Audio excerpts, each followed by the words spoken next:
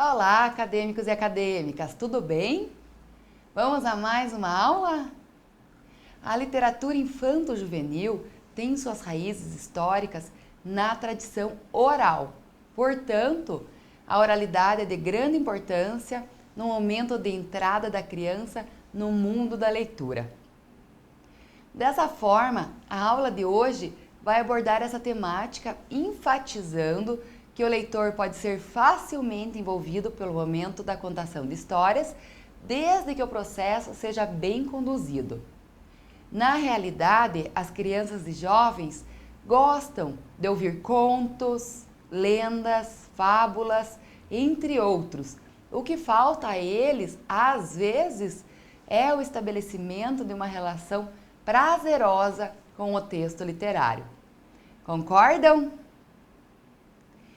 E olhem só, o lúdico e o afetivo devem ser valorizados devidamente para estimular e conduzir um momento de contação de histórias, e a melhor técnica para narrar de maneira agradável e envolvente é, em primeiro lugar, ser um contador entusiasmado e apreciador do mundo faz de conta. Acompanhe. É através da voz da mãe, do pai ou dos avós, contando contos de fada, trechos da Bíblia, histórias inventadas, tendo a criança ou os pais como personagens, livros atuais e curtinhos, poemas sonoros e outros mais.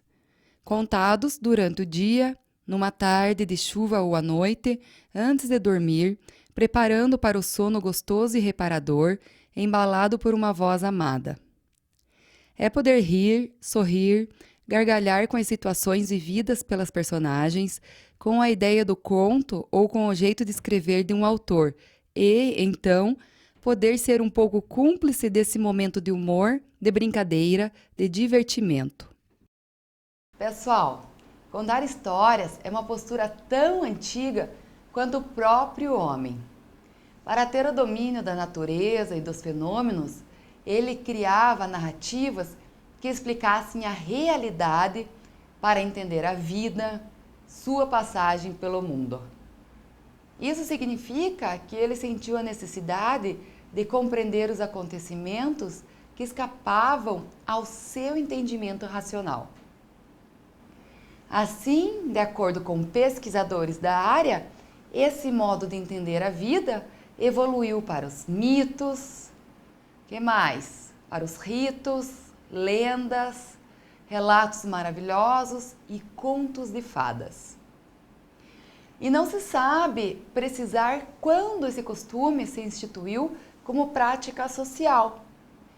Porém, é possível afirmar que faz muito tempo e é de ordem universal, ocorrendo, portanto, em todas as civilizações. Entendido? Agora acompanhe.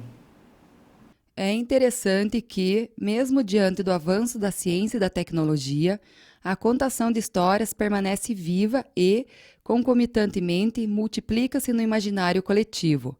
Seja na contação entre o povo ou nos meios de comunicação, ela se faz presente na vida de muitas pessoas. Acadêmicas e acadêmicos, é evidente que a criança precisa ter contato com a leitura oral ou escrita desde cedo, pois assim será maior a probabilidade de se tornar leitora. Concordam? E vejam só, se isso não ocorrer em casa, a escola deverá assumir esse papel. Ou seja, caberá à instituição batalhar ou cultivar o gosto pela leitura. E vale ressaltar que ouvir histórias não é uma questão que se limita aos bebês e crianças que ainda não foram alfabetizadas. Jovens e adultos também podem apreciar uma boa história, não é mesmo? Acompanhe. Ouvir histórias deve fazer parte do cotidiano escolar, pois essa atividade estimula o desenhar, o musicar, o pensar, o teatralizar, o imaginar, o brincar, o ver o livro, o escrever, o querer ouvir de novo. Afinal, tudo pode nascer de um texto. Pessoal, primeiramente devemos partir do pressuposto de que todos podem ser contadores de histórias. Embora uns sejam possuidores de talento para a palavra que impressiona, emociona, descobre e encanta, enquanto outros vão contar suas histórias sem a magia que deveria ser esse momento. Vocês concordam?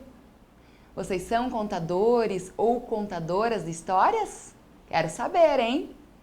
E muitas instituições têm se encarregado de oferecer os mais variados cursos de formação, nos quais se desenvolvem diferentes técnicas narrativas. Sabe-se que um bom contador de histórias é aquele que esteja onde estiver, em qualquer espaço e tempo, se envolverá pela magia de contar histórias. Agora acompanhe. Já que estamos falando em contação, não poderíamos deixar de contar uma história, não é mesmo? Vocês conhecem o conto popular inglês chamado A Galinha Ruiva? Vamos lá. Era uma vez uma galinha ruiva que morava com seus pintinhos numa fazenda. Uma vez, ela percebeu que o milho estava maduro, pronto para ser colhido e virar um bom alimento. A galinha ruiva teve a ideia de fazer um delicioso bolo de milho. Todos iam gostar. Era muito trabalho. Ela precisava de bastante milho para o bolo. Quem podia ajudar a colher a espiga de milho no pé? Quem podia ajudar a debulhar todo aquele milho? Quem podia ajudar a moer o milho para fazer a farinha de milho para o bolo? Foi pensando nisso que a galinha ruiva encontrou seus amigos. Quem pode me ajudar a colher o milho para fazer um delicioso bolo? Eu é que não, disse o gato.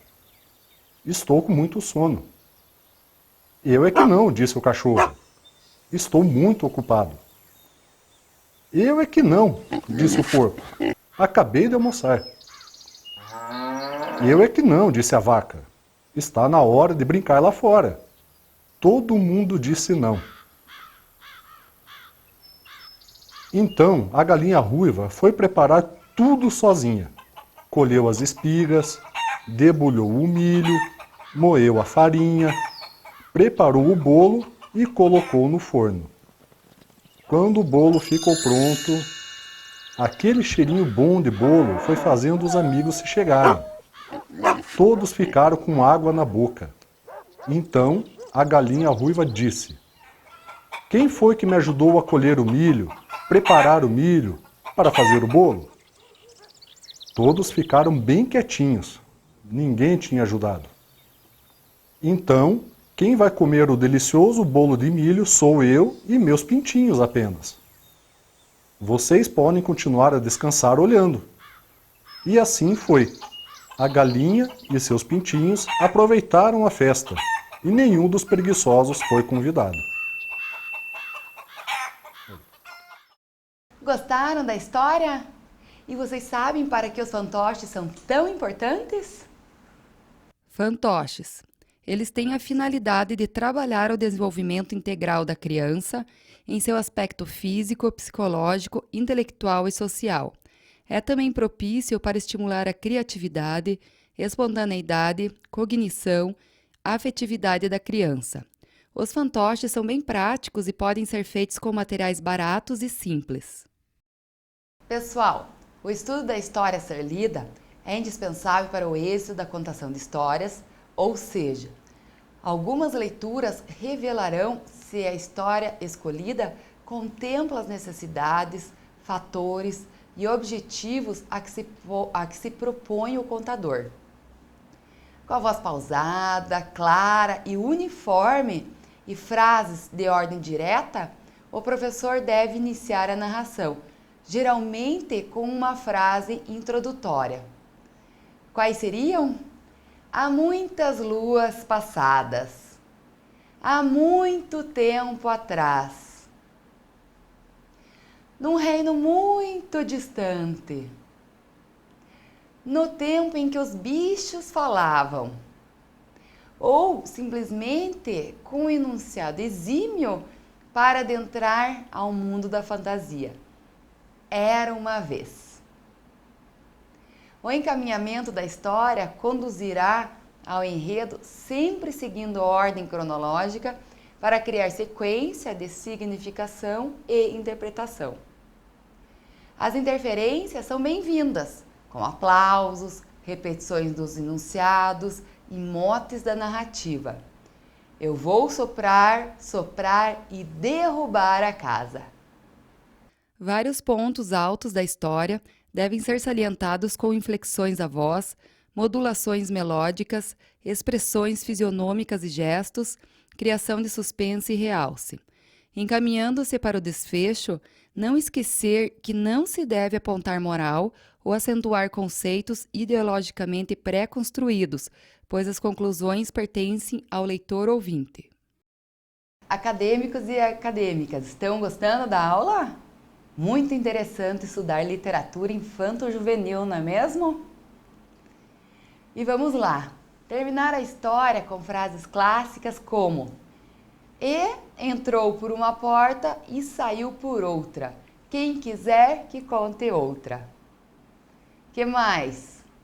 Entrou pelo pé do pato, saiu pelo pé do pinto. E quem quiser que conte 5. Viveram felizes para sempre. Entre outras possibilidades. E é possível também concluir cantando, pois a música complementa a narrativa. Certo, pessoal? Espero que vocês contem muitas histórias e encantem muitas crianças. Um beijo e até a próxima. Tchau!